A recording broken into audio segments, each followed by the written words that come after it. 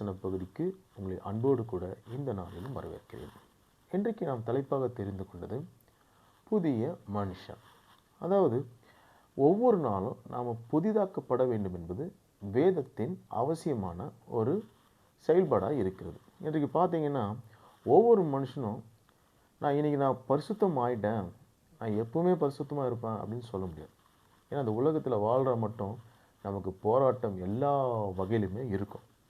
அதில் நாம் வெற்றி பெற வேண்டும் என்றால் வசனம் சொல்லுகிறபடி ஒவ்வொரு நாளும் நம்மை சுத்திகரித்து கொண்டே இருக்க வேண்டும். அப்படி சுத்திகரித்து கொண்டிருந்தால் மாத்திரமே இந்த உலகத்தில் நாம் உண்மையாக வாழ முடியும். எனவே இந்த நாளிலும் இந்த 3 வசனங்களை நாம் கடந்து செல்லலாம். 2 கொரிந்தியர் 5ஆம் அதிகாரம் 17வது வசனத்தை எடுத்துக்கொள்ளலாம். இப்படி இருக்க ஒருவன் கிறிஸ்துவுக்குள் இருந்தால் புது சிருஷ்டியாக இருக்கிறான், பழையவைகள் ஒழிந்து போயின, எல்லாம் புதிதாயின.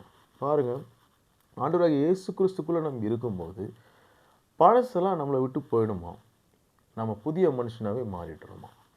அப்போது ஒவ்வொரு நாளும் கிறிஸ்துக்குள்ளே நாம் இருக்கணும்னா எதை அது தெளிவுபடுத்துகிறது என்றால் நாம் சத்தியத்திற்குள்ளாக பலப்பட வேண்டும் என்பதை தெளிவுபடுத்துகிறது.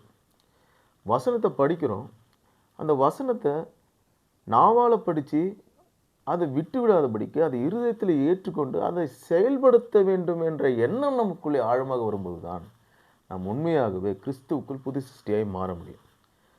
வெறுமனை படிச்சுட்டு போகிறது கிடையாது. அதை நம்ம வாழ்க்கையில் கொண்டு வரணுன்ற ஆழமான சிந்தனை, தேவன் மேல் வைத்த அன்பு, அது மாத்திரமே நிச்சயமாக நம்மை கர்த்தருக்குள்ளே கொண்டு வரும். அடுத்த வசன பகுதிக்கு நாம் கடந்து செல்லலாம். எபேசியர் 4ஆம் அதிகாரம் 22. அந்தபடியே முந்தின நடக்கைகளுக்குரிய மோசம் போகும் இச்சைகளாலே கெட்டு போகிற பழைய மனுஷனை நீங்கள் கலைத்து போட்டு. பாருங்க, நம்மளை மோசம் போக்கக்கூடிய பாவங்கள் இங்கே இருக்கிறது. கெட்டு போகிற வழிகள் அதன் மூலமாக வருகிறது என்று வசனம் சொல்லுது.